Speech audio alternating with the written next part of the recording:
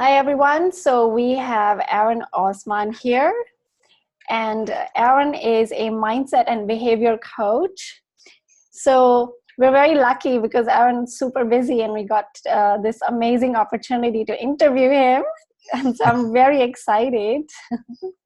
Thank you. Thank you. Yeah, I'm very, very humbled by the opportunity to share some thoughts and hopefully some perspective that may cause some change to take place with those who you share this with. Awesome.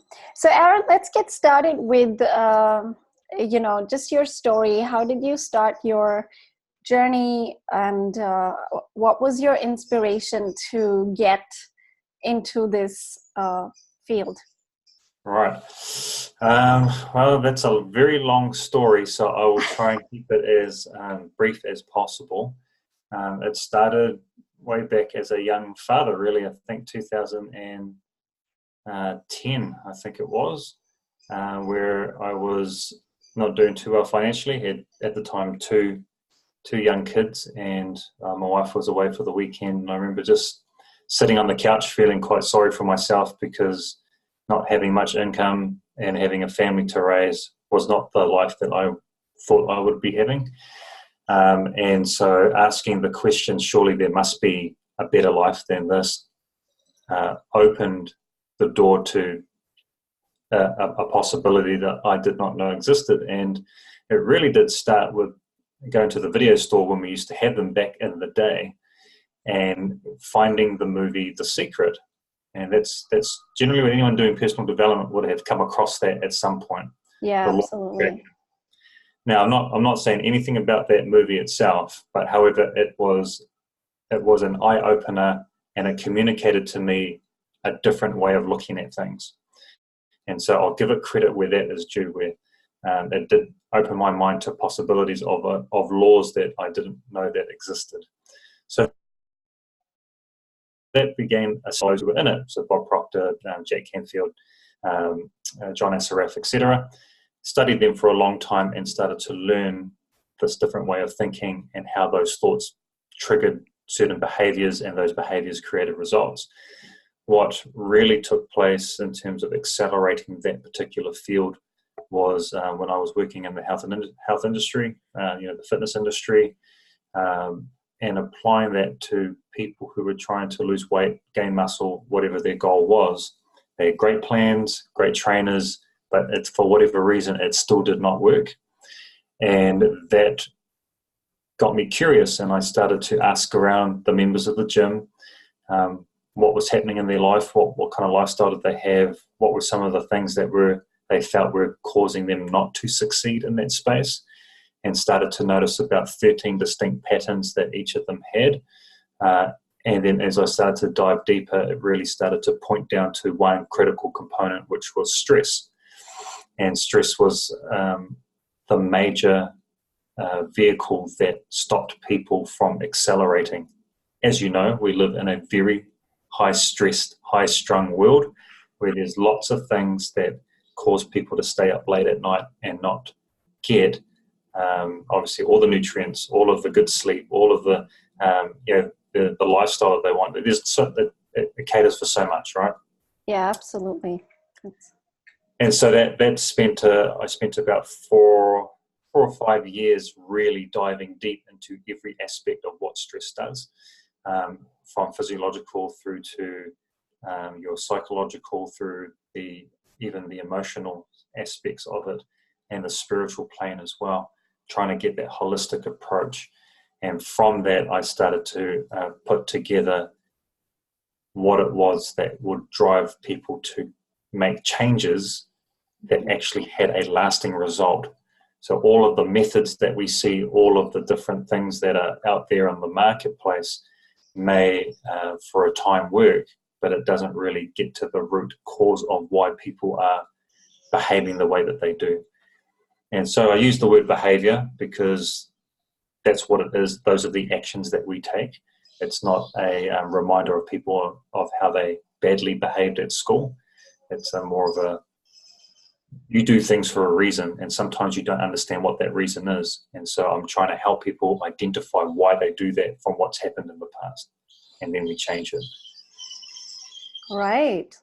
That's awesome. Because I Thank was you. just recently reading about stress as well in Dr. Libby's book, and she talks a lot about how the stress hormones that you have can have such an impact on every part of your health. It's Right. incredible. Like, Yeah. yeah, And the thing is that we have to realize is that those stress hormones are perfect. Like everything that the body can do to save your life is fantastic, and we shouldn't. Um, a lot of authors or people will be quite negative towards that, but we've got to realize that that actually saves your life. The yeah, problem is, though, that it doesn't turn off. It's when you are constantly living day to day, moment to moment, with your brain believing that there are still threats out there. The problem is that we haven't been able to identify exactly what that threat is and emotionally release the hold that it has on you, and then take action to rewrite or change those beliefs that actually drive that behavior. But it wreaks massive havoc. It's just crazy what it does. right. Yeah, I totally agree. So, what if someone were to come to you who is dealing with really high stress, has no time, and wants to get health results? How would you work with that person? I'll feel sorry for them for a start if they chose me. I know that's not good marketing on my part. The reason why I say that is because we're just going to cut the fluff and get straight to the point, right? So as I'm asking questions about what's happening in their world that they feel is causing them to feel stressed, they will give key indicators of surface answers that will not be very specific enough. And so that will trigger for me to ask more specific questions around certain things that they're saying. So they might say, oh, I'm having a bad time at work and people don't like me and I don't like my job. Well, that's quite blah. Like that's very generic. That makes no sense at all. So I would be going, okay, so what specifically about your job don't you like? Who specifically do you deal with that causes you anxiety or stress or whatever it is? And then they may give me a name, and then I'll be asking more questions around it. So what do they actually do that makes you feel that way? How often do they do that? So, it's really asking very detailed and specific questions uh, in the responses that they give that are quite generic. And the reason why I do that is that I start to find out by testing them if what they are saying is actually a thing or whether that they're making it up in their head and they're finding a reason to be stressed or angry or upset or anxious. And sometimes I'll find, excuse me, sometimes I'll find that that it's actually something that's happened in the past and that hasn't been resolved, and whatever's happened currently triggers the same emotional and physiological response. So it could be that they were bullied at school and they never really got over it. But how that coworker speaks to them, their brain thinks is exactly the same as what it was back when they're in primary school, for example. And so they habitually respond the exact same way, but they don't realize that. So once I start to ask them those questions and really dive deep, they start to see why they are doing what they're doing and why they are stressed. Once we can identify that, then we can look at what emotions are associated with those beliefs that they have in that space. Once we can identify those, then we look at what can they do to release the emotional attachment. Right. So as you'll find that your brain, when we have physical experiences, like we're talking now, we Mm-hmm. create meaning in that space. And in this experience, I mean, we create meaning. We do it with two ways, our senses and our emotions. So if we can both have the same experience, but come out with two different perspectives. One can be positive, one can be negative. But we're right there seeing and experiencing the exact same thing. And so when they have these experiences in their life, their brain or the emotions will create meaning. And that meaning will be something that they enjoyed, didn't like, disliked, causes anxiety or whatever it may be. The reason why that's important is that our brains don't tell the difference between what's fake and what's real. And so it's helping people to identify those triggers, so then they can find ways to resolve those emotional meanings, or at least give them a lot of space to then think logically about what they're doing, and consciously make action steps, so then they can rewrite that meaning and change it completely. Yeah, I think just getting to the bottom of what's actually causing the stress, I think that's the biggest part for most people. Yeah, absolutely. And the thing is that no one really knows how, and no one's taught how. And emotional intelligence is a big part of this experience for lots of people. It's quite an emotional experience for a lot of people. And I've sat in front of many and handed out boxes of tissues to them because of just how much emotion has been captured and have not been released over so many years. Once they've been able to kind of get rid of that emotion, it gives them so much more space then to really think. If you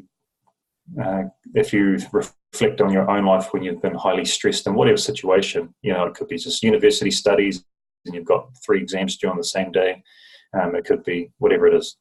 We don't need to bring up specifics. It's really hard to think.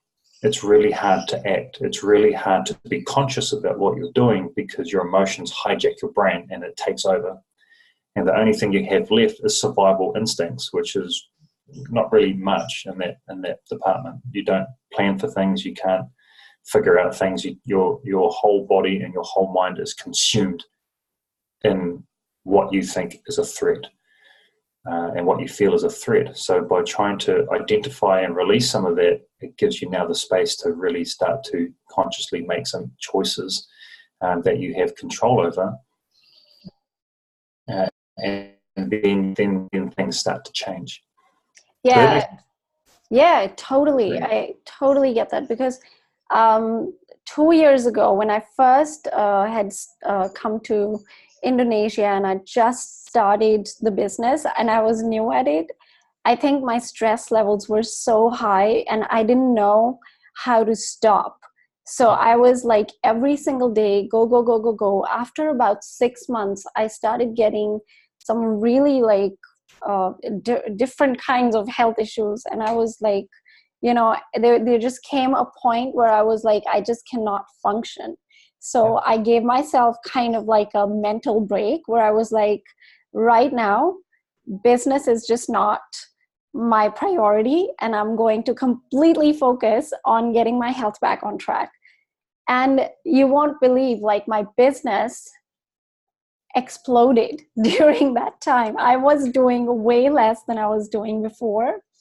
I was really focused on eating well, on mindfulness practices, and my business started to grow like just naturally. And it was incredible, and I was really surprised. And I think just having that experience really made me realize how much stress can really impact our ability to think and perform. Absolutely. And one of the things that you'll find in that ability to, the impact that it has on your ability to perform, is because now that if you're trying to grow a business or achieve a goal that requires other people, because you're in that stress state, that's how you come across. I mean, we emit so much different energy levels and different frequencies of energy that you can tell when someone's not being telling the truth. You can tell when someone is so tense that you can cut it with a knife when you walk in a room. Yes. You can feel when someone is genuinely happy. You can feel when someone is a little bit skeptical. And you can feel these different energies from people. And even though people can talk and they can say one thing, the type of frequency or energy that they transmit from what they're saying or how they're saying it is far more evident, is far more powerful than what they're saying. So I can tell when people are lying because their words and their energy or their actions don't align. Yes. And so you can think about it, right? The harder you try, the worse it gets, the more frustrated you become. You probably got people in your team that are maybe even experiencing this right now, that are trying to build this business or trying to succeed in getting their goals, and then feeling that they're not getting very far. And the more stress they get, the more desperate they become, and the more that people can read the desperation in their voice and in their energy. And so that just creates this loop or this cycle. So by breaking away from it, it actually makes you perform better, which makes no sense, but it makes complete sense, right? It makes complete sense. Yeah, it's incredible to me. I was like, wow, okay, if I'm not thinking about it all the time, then I'm getting better results than if I am constantly crazily focused on it. Yeah, that's right. And you just can't ignore simple things like the law of sowing and reaping, or growth, that there's a natural law and order of growth, and that you can't plant a tomato seed or a pumpkin seed and rip it out a week later expecting a pumpkin to appear. It makes they're gonna put you away for doing that. It just makes no sense. But you've got to nourish it, and you've got to give it time, and in its own time and by its own laws, it grows and will produce when it's ready. And the same thing goes for building anything, is that it does take lots of time. But if you keep staring at the soil, or you keep ripping the seed out all the time and being so obsessed with why there's no results, you're not actually doing anything that nurtures and grows that anyway. You're completely stuff that you have no control over, not doing the stuff. And so that, we just go down so many paths with this conversation, but that is a normal and natural thing that people don't realize, is that you just cannot force growth to take place. You must let it naturally grow, but you can accelerate it like you have by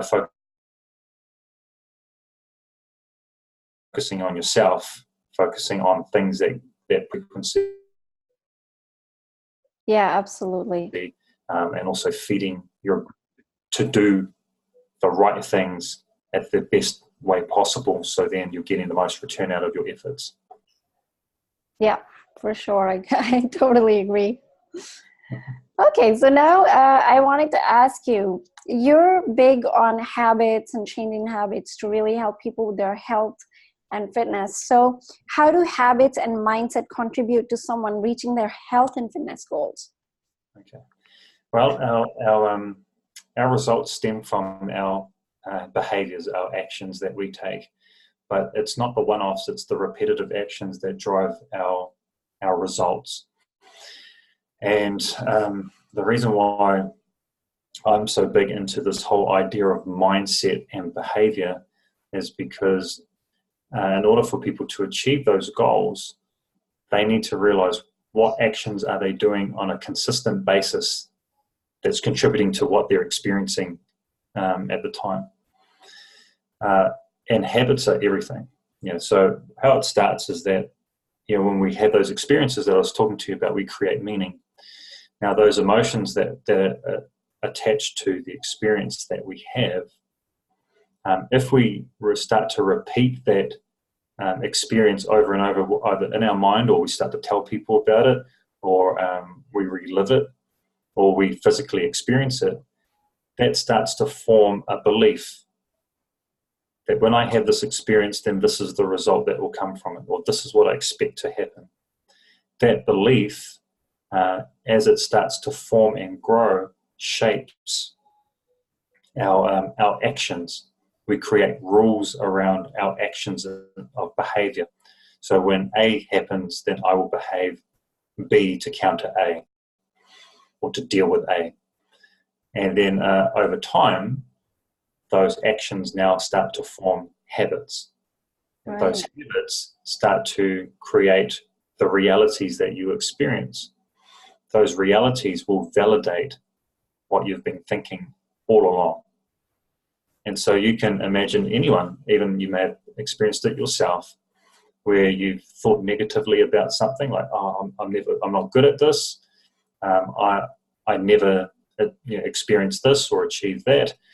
And then so you go through the process of trying to do it without changing your beliefs. And then when the results fail, you go, I told you it wouldn't work. I knew it wouldn't work. I knew I couldn't do it, because your poor beliefs or negative beliefs impact your behavior, which give you a negative result, which validate exactly what you just believed. Otherwise, if it changed the other way, where you had a negative thought or negative belief, and it came out really positive, then it would make sense, right? And Yeah. so that's why we have those experiences of going, see, I told you it wouldn't work, is because you didn't change what you believed. So beliefs and action, or actions, repeated actions, form those habits. Those habits have massive consequences on what you experience. So how does that relate into someone who's trying to achieve a health and fitness goal?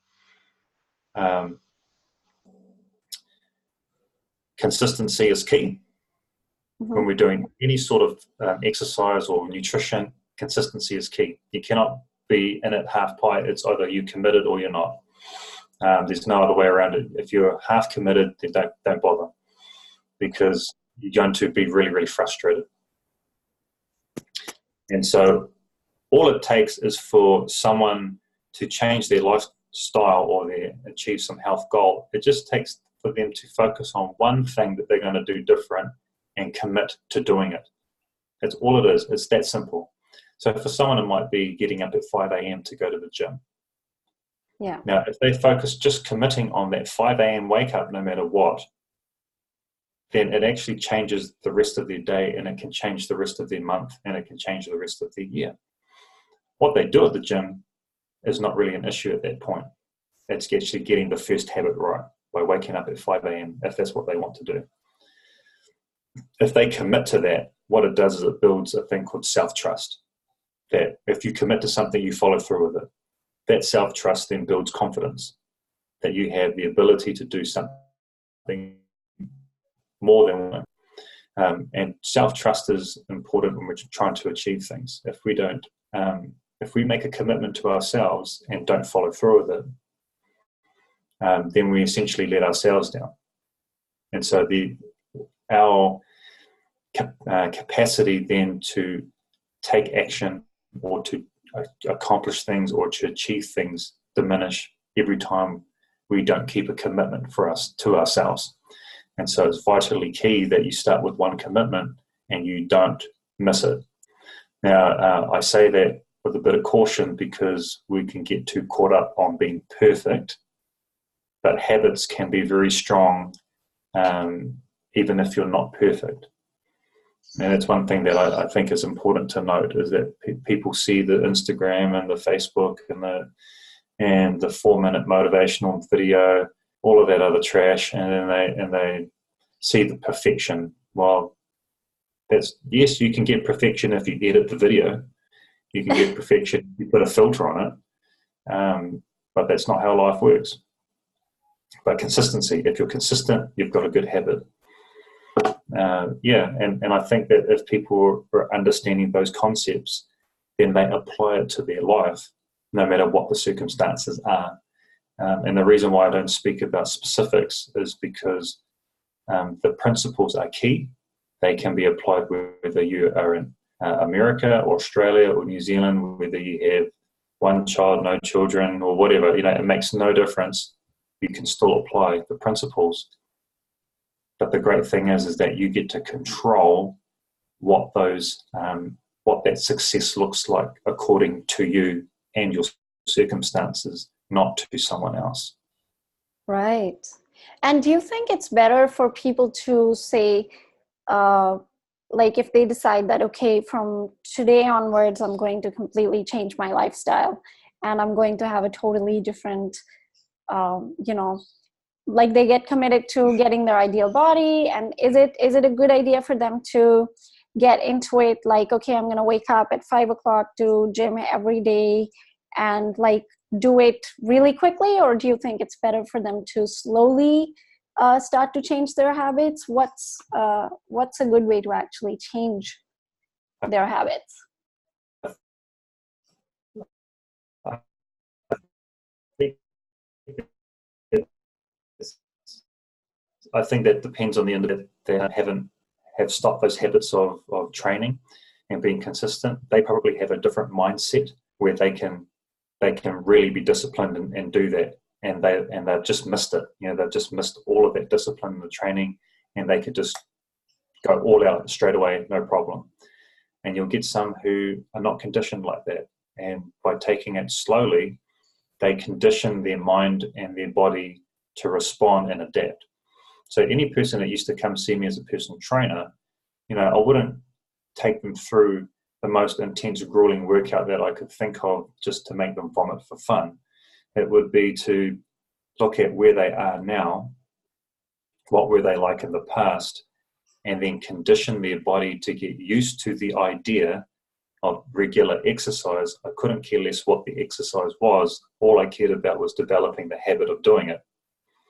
Because if they don't develop the habit, then it doesn't matter what the exercise is. It makes no difference what the plan is. It could be the best plan ever, but if they don't turn up every day, then what's the point? And so I think it goes both ways, and it depends on the person. Now, you mentioned the 5 a.m. and go to the gym every day as an example. The physical activities that we do amount to nothing if we don't first focus on the underlying issues that cause people to stop in the first place. Those are all nice, don't get me wrong, you've got to start going to the gym, but it is less important than actually doing a mind gym first or a mind boot camp first, because people will often go hard out, get to a certain point, and then they'll stop. And it happens over and over and over. Well, what causes that? How do we fix that? Because otherwise, then it doesn't matter what time you wake up, because in 1 month's time, you're going to stop anyway. All right, so that's really important.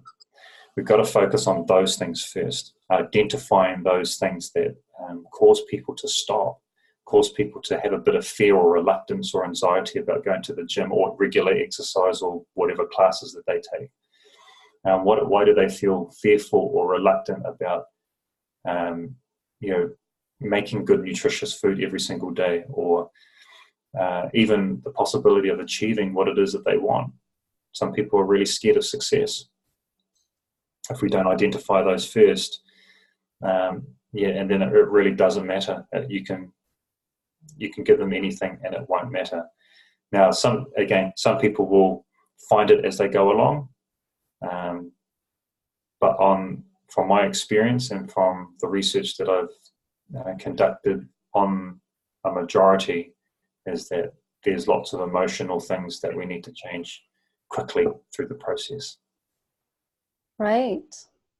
Yeah, when you think about it, there's a reason that they haven't been doing it. And like a lot of people, when they, we run this program called the Body Love program, and we have a lot of people that are been trying to lose weight for a long time. And, that's like a story. I've been trying to lose weight. And most people know what they need to do in terms of diet, in terms of exercise. Yep. And for some reason, they cannot get themselves to actually do it. Yeah, that's right. So it's not secret. Everyone knows what they need to do. Everyone is well aware of exercise. Everyone's well aware of nutrition. There's enough social media information out there that tells people what they need to do. But no one asks them what is actually causing them the feelings that they feel or the emotions that they feel, and what to do about it. Now, we talk about mental health. We talk about we talk in that plane there. We talk about if people are feeling not with it, we give them a nice hug. We talk about yoga to de-stress, all the fluffy stuff. But unless you ask the hard questions that get to the root of the problem, like I said before, it makes no difference. An interesting thing that I think about as I'm talking away, and I know I can go forever in talking about this stuff. Reminds me of an individual that I was helping and would do very well for a couple of months and then drop off. Repeated this pattern, trying to lose weight, couldn't lose weight, went through the process and the cycle over and over and over. And when we finally got down and talked about it, it took me about an hour to drill down deep enough to figure out that the reason why this individual was so fearful or would get to a certain point and fail was that they felt really, what's the word I'm thinking of? They felt really bad for their ex-partner. That if they succeeded and did really well, that means that they don't succeed or that they're not getting the same benefits. And people will judge what that means to them. But however, that was a real thing for that individual, is that if I do really well, then I'll feel bad for doing better than what my ex-partner's doing. And then the second thing was that now that essentially I'm single, is that now I have to go into the dating game again, and I'm not ready for that because of the experience that I had before. That freaks me out, that I feel obliged to now enter the dating market once I'm at a quote unquote a healthy size or look. And so it was easier and more comfortable to sabotage the process because then I didn't have to face the reality of what that means. The interesting thing is that who said that? That was my question. Like, who told you that? Like, who told you that you had to go in the dating game? Who told you that you're going to be better than your ex-partner? Or, like, who told you this stuff? And most times it's people that they themselves tell them the story as a form of protection from facing the realities that they have to in order to move on. Now, I probably just deviated from the question because, again, I can just ramble on and on, but hopefully it starts to make sense. No, it makes perfect sense. Yeah. What particular part of my research or this part of the journey for me or this particular niche or whatever side of the world you're from is so important because it changes everything. It changes everything. And so it's interesting when I'm working in my space, dealing with lots of people, just where people are at by the way that they behave and the way that they say things, the way that they move, the way that they, how they handle new challenges, how they handle difficulty. All of these things play out in terms of their future, and you can almost predict what's going to happen because of the patterns that they display in behavior. But the great news is that all of that can change. All of it can change. You can change all of it. Yeah. And that's the key thing that people need to know. Yeah, that's just really, really deep. I'm learning so much. Well, see, I can see you thinking about it. I know you're taking it. There's lots to think about, and I can see that you're looking for ways to apply it in your own life and find commonalities in what I'm saying, or examples, personal examples of principles that I'm teaching. And so, like I was talking about energies, I could see that from you. And so that's a very real thing. I'm sure that your team is going to be very silent through most of this conversation. Yeah, I mean, this is a conversation that not a lot of people have. It's not a general conversation where we don't really talk about these things that often. So it's really, it's very deep. And I think it can be, I was just looking at, just like you said, looking for examples, looking at how, certain people have been behaving and, how this can actually apply and really make a difference in their life, Absolutely. Yeah. Absolutely. And it's such an amazing space to work in because it does exactly what we're talking about. It does change lives. The only clause is that people have to be humble and willing to go on the journey. Yeah. They're not humble and they're not willing, forget it. It will not work. So I produce no magic or secret.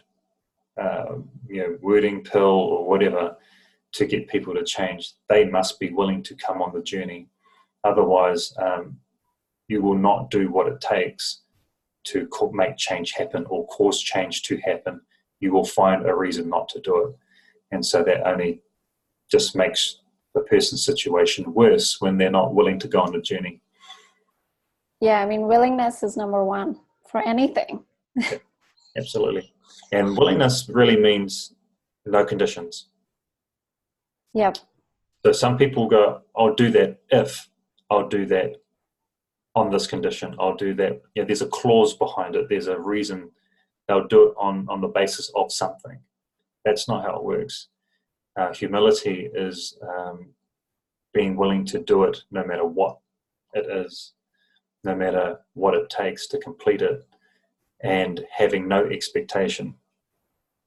And that's the interesting paradox is probably not the right word, or maybe the right word, I'm not sure, is that we set our goals and we have our ambitions and we expect to get there, but our expectations are what actually cause our disappointments.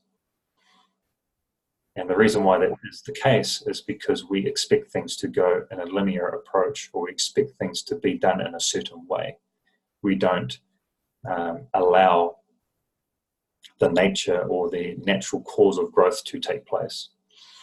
We want it done fast, with as little pain as possible, and with as much glory as we can possibly get. Yes, yeah? Absolutely. So that's what causes disappointment, and that's what causes stress. Stress is caused when our expectations and our reality are out of alignment. Mm-hmm. So the key to it is get rid of your expectations. So notice I didn't say goals. I just said expectations. Yeah.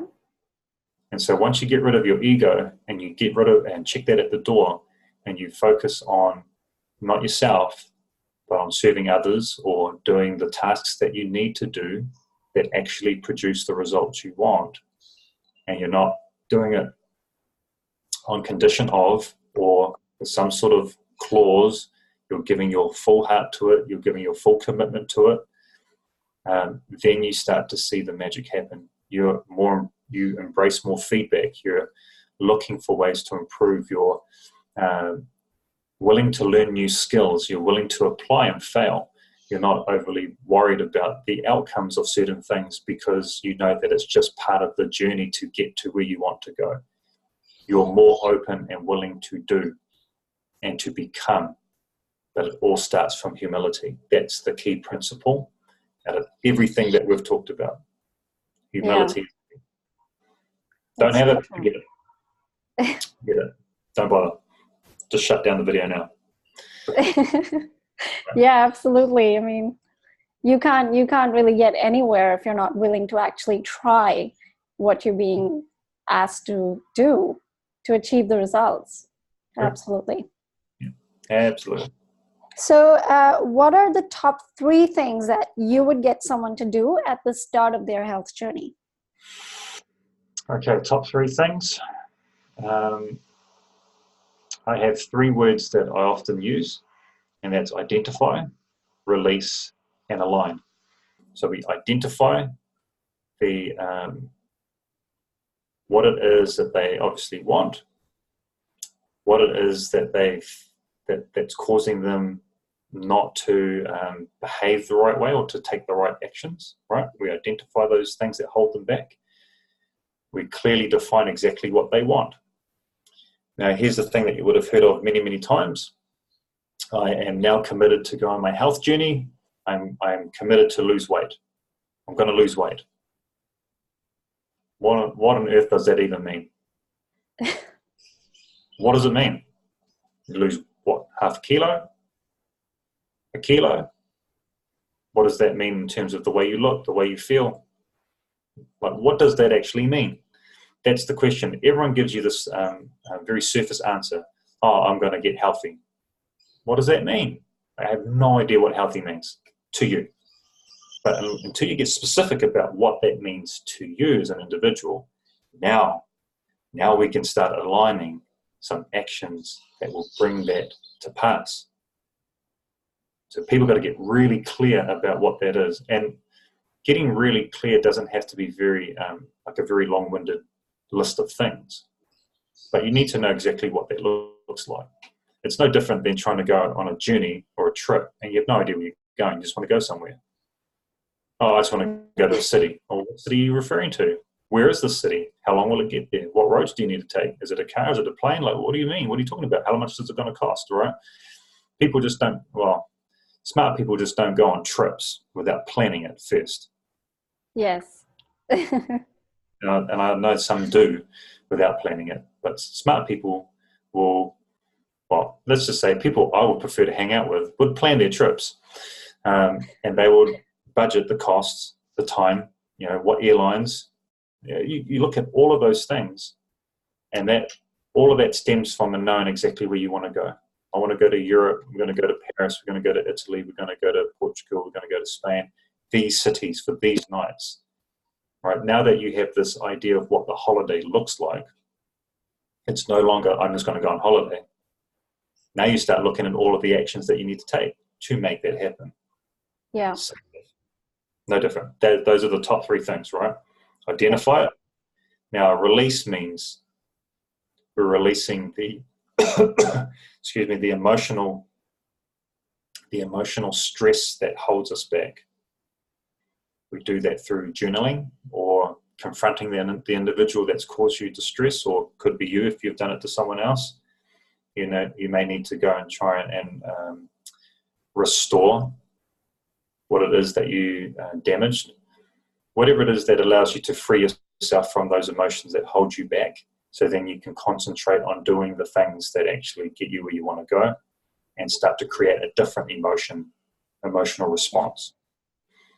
Those would be the three things. Awesome. And identify.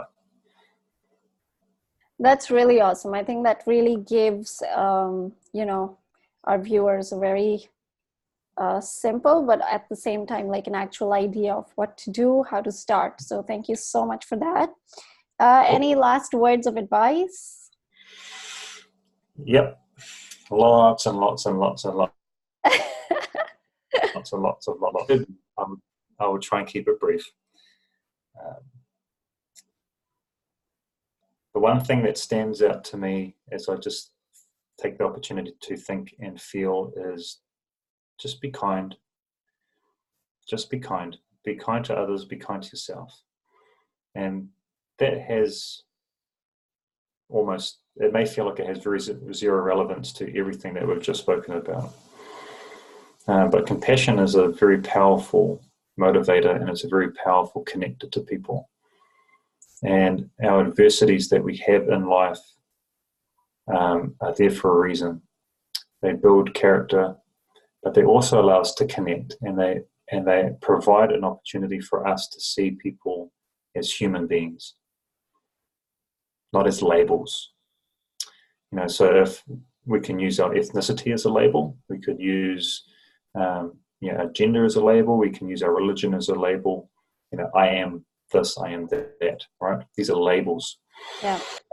The bottom line is we're all human, and we all want the same things. We all want to feel secure, we want to feel loved, we want to feel like we can contribute, we want to feel that we have variety. There's things that stimulate and help us grow. We all want to have these experiences, and so we're no better than each other, and no one's better than the other. And the problem is that we often will directly be inconsiderate to ourselves. We will not give us any grace nor mercy through the journey. But in the same token, we may also not provide that to others, and we expect a lot from them. And so I think by just being kind and realizing that you're no different than anyone else, and that your hardships and your trials and your struggles are there for you to feel more compassionate to others. If you can, develop that ability to be kind, then kindness comes back. And then the last thing would be is be grateful. Be grateful for what you have. There's no better way to ruin your life than being ungrateful. because everybody's been given quite a lot. And yes, we can certainly agree with lots of things that could be changed in this world. However, we do have lots of good health. We do have a roof over our heads, and we can eat relatively good food. Although I know that's debatable in some cases, but we can eat pretty good food. Nutritious? Well, I can't say that, but good food. We have some very good blessings in our life, and we don't take enough time to sit and recognize them and give the proper thanks that it deserves. Whether you have a relationship with God, then you give your praise there. If it's to someone else, then you give it to someone else. Those opportunities to be thankful. These things can change lives very, very quickly, because it changes our outlook about things, and that changes our mindset, that changes our behavior, and that can change our outcome. So for me, excuse me, life changed for me 1.5 years ago, because I'd finally humbled myself, made some changes, and now spend the majority of my days feeling entirely grateful just for the opportunities that are presented. And that breeds more and more opportunities for blessings, because people love people who are grateful. Right? As a parent, whenever my kids are not grateful, there is no way that I'm in a rush or in a hurry to give them what they ask for. I just take my sweet time, because I know they will not respect nor be grateful for what they get. But when we do something little for them, make them a sandwich or whatever, help them out, and they share genuine appreciation for being helped or being given something, you cannot help but want to give more to them. Yes. Right? So do the same thing. Be grateful and watch your doors and your opportunities open up, because people love people who are grateful. That is so powerful. That's such a powerful message. Oh, thank you. I appreciate it. People love people that are grateful. It's so true, and amazing message. I think we should put like a refrigerator sticker or something. You know what? I'll be very grateful. That'll be very fantastic to make that a fridge magnet. Yeah, fridge magnet. That's right. Or a bumper sticker or whatever, a T-shirt. Yeah, but yeah, it's true. Those are just true principles. That's just how I feel about answering that final question.